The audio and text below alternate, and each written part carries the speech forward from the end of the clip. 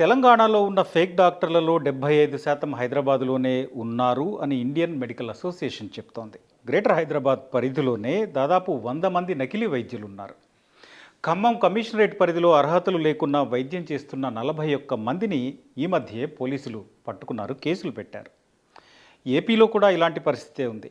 గోదావరి జిల్లాలు, ఆదోని, ఒంగోలు ఇట్లా అనేక పట్టణాల్లో దొంగ డాక్టర్లు పట్టుబడ్డ కేసులు అనేకమున్నాయి.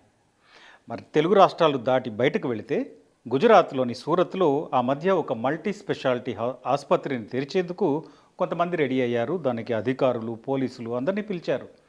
తీరా చూస్తే వాళ్ళెవరికి సర్టిఫికెట్లు లేవు, వాళ్ళంతా దొంగ డాక్టర్లే.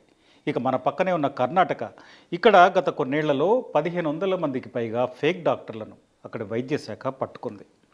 అసలు మన దేశంలో దొంగ డాక్టర్లు 10 లక్షల మందికి పైగా ఉన్నారని ఇండియన్ మెడికల్ అసోసియేషన్ స్వయంగా చెప్తోంది.